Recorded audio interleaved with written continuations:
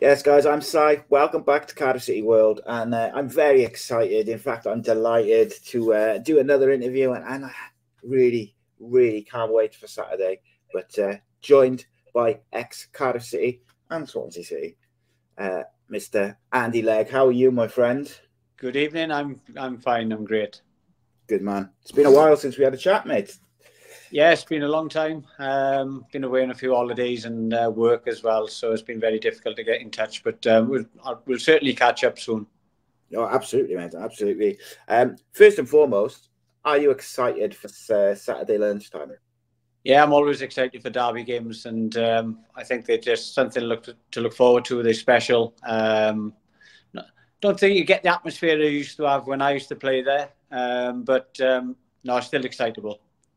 Yeah, it's not quite the same, is it? In away from Ninian Park and the Vetch. In fairness, like to both grounds, I think it's new grounds generally. They don't seem to generate the same atmosphere. They're not quite as close to the pitch and stuff like that.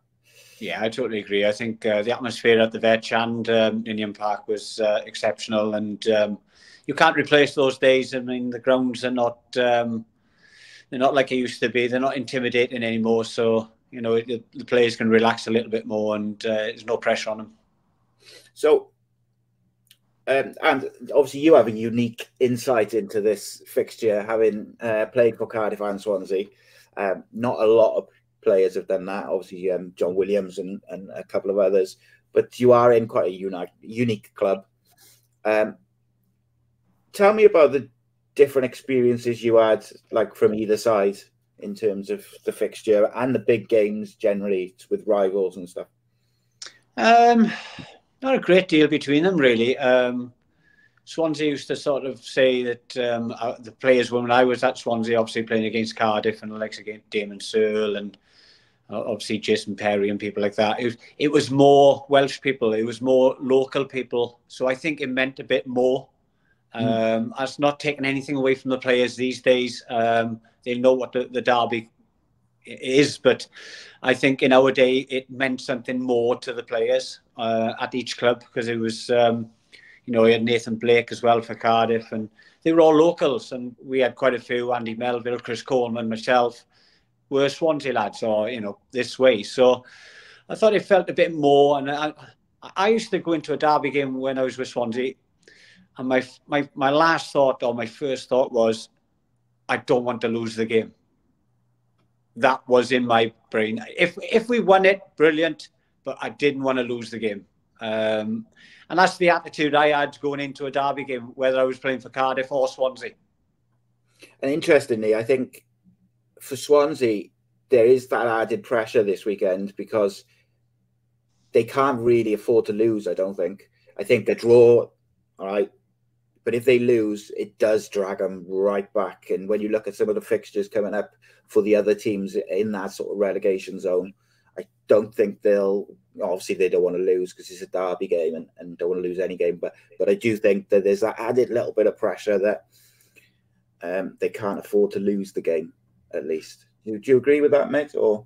Yeah, I agree with it. I think given time with the manager, though, I think the manager's a very good manager when he was at Notts County. Played some great football. Watched them a few times, and one of the best teams I watched for a while.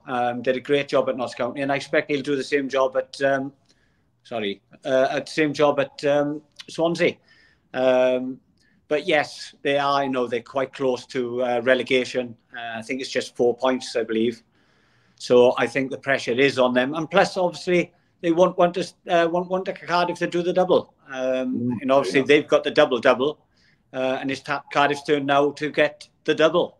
So, so it's a great opportunity for Cardiff to put one over their rivals and get a double. But as you say, I think there's a little bit more pressure, especially being at home as well. I think there's more pressure on Swansea, but they'll go into the game, and I know for a fact that the form book goes out of the window at derby games, and I suppose that the manager would be getting into their heads and say, look, what derby games are like, who wants it the most, who turns up on the day and who gets that little bit of luck with the refereeing decision as well. Yeah, it's. I think that first 20 minutes is going to be really important, because I think, Swansea will want to get a good start, get the crowd going. Cardiff will want the opposite. They will want to kill the crowd and then build into the game. What do you remember a particular derby that you played in where the crowd was especially hostile, or were they all much of a muchness? To be fair, I think that the two that really stood out for me. One was at the Vetch and one was at Ninian Park, and I'll go through them with you. It was the first one was I think it was the first time we met in the FA Cup for about 50 years, and it was at the Vetch, and I think Jimmy Gilligan was playing for us at the time, and I think he got 2 for us, and I think Swansea won 2-1 that day, and the atmosphere that day was unbelievable. I couldn't believe it. I think Roger Freeston, the goalkeeper, I think he had more bonus in the coins he picked up in the behind his goal than he did on from Swansea. And the other one was that funny enough, a cup game again, and it should never have been played. It was horrendous weather. It poured down with rain all day, and it was at Ninian Park. It was live on Sky, and I think that's why it was played. And I think that's the only goal I ever scored in a derby game. Okay. I scored for Swansea against Cardiff, and I think it was about 89 minutes on the clock to make it level, and then we won it in extra time, I think, or whatever it was. But those 2 games, I think the Cardiff fans that night, oh my God, I could say it was electric, because I think there was probably 19,000 there on a horrendous weather night, and that just proved what derby games meant to both clubs. Yeah. Do you think that, I mean, obviously you could only talk about your own experiences and when you were playing, but do you feel like players know how much it means to fans and how important these derby games are? I don't think not so much these days. I mentioned it earlier on. I think we definitely knew what it meant because we were local. And I think it's different day and age as well, where we would go out after a game of football and have a couple of beers. They're not allowed to do that now. You don't see many football players in town having a drink in the pub with the fans. So I think that's a big hit as well.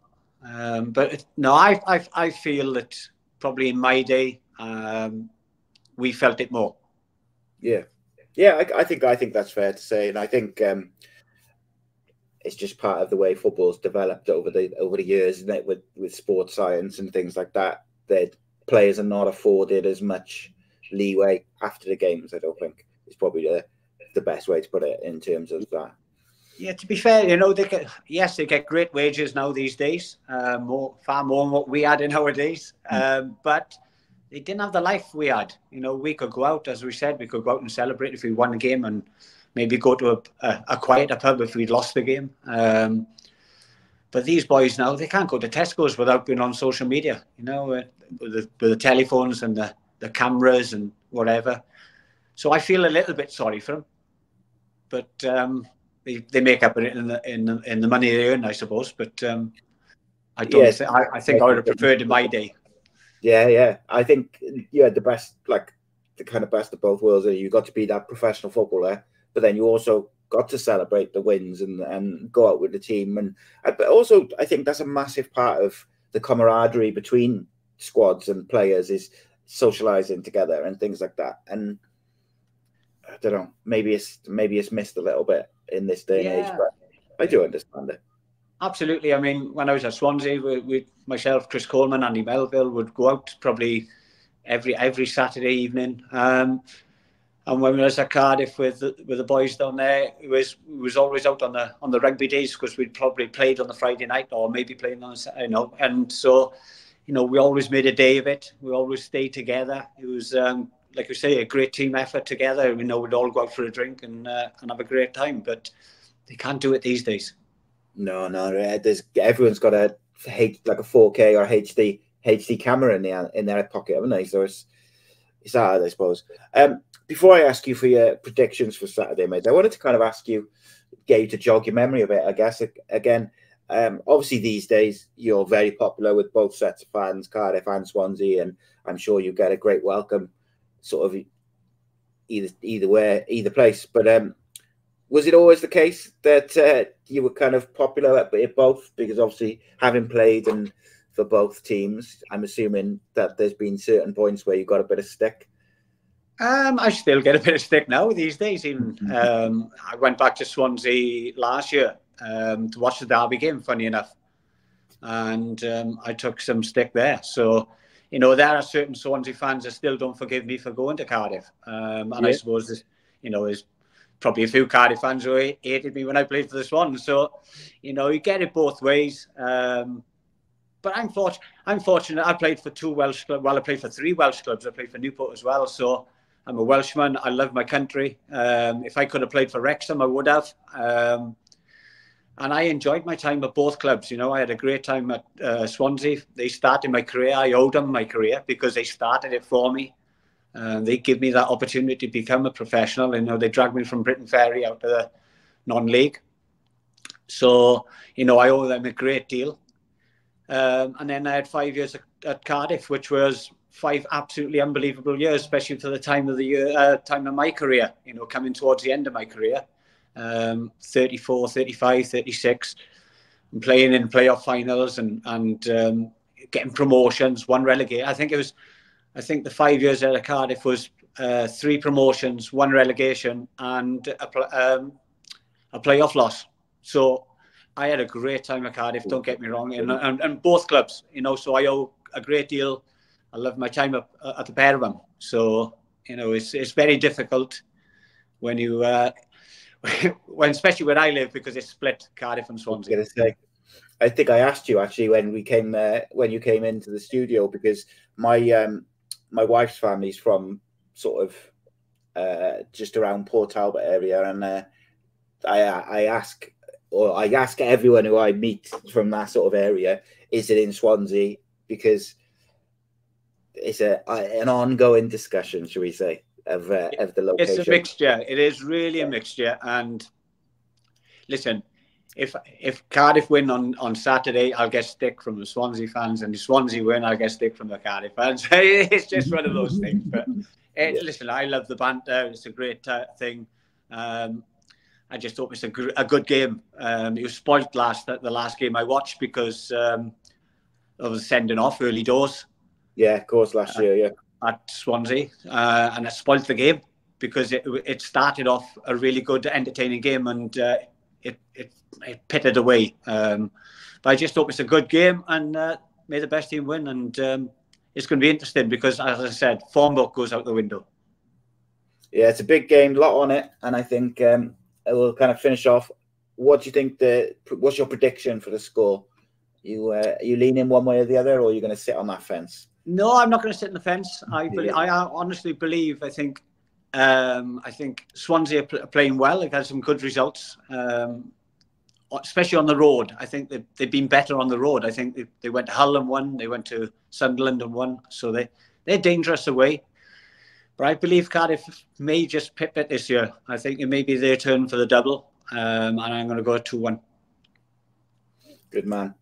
Andy, it's been an absolute pleasure, as always, my friend, and I'm sure we'll catch up very soon. But I appreciate you giving me your time this evening, mate. Thank you. No problem. Top man. Cheers, Andy. No props.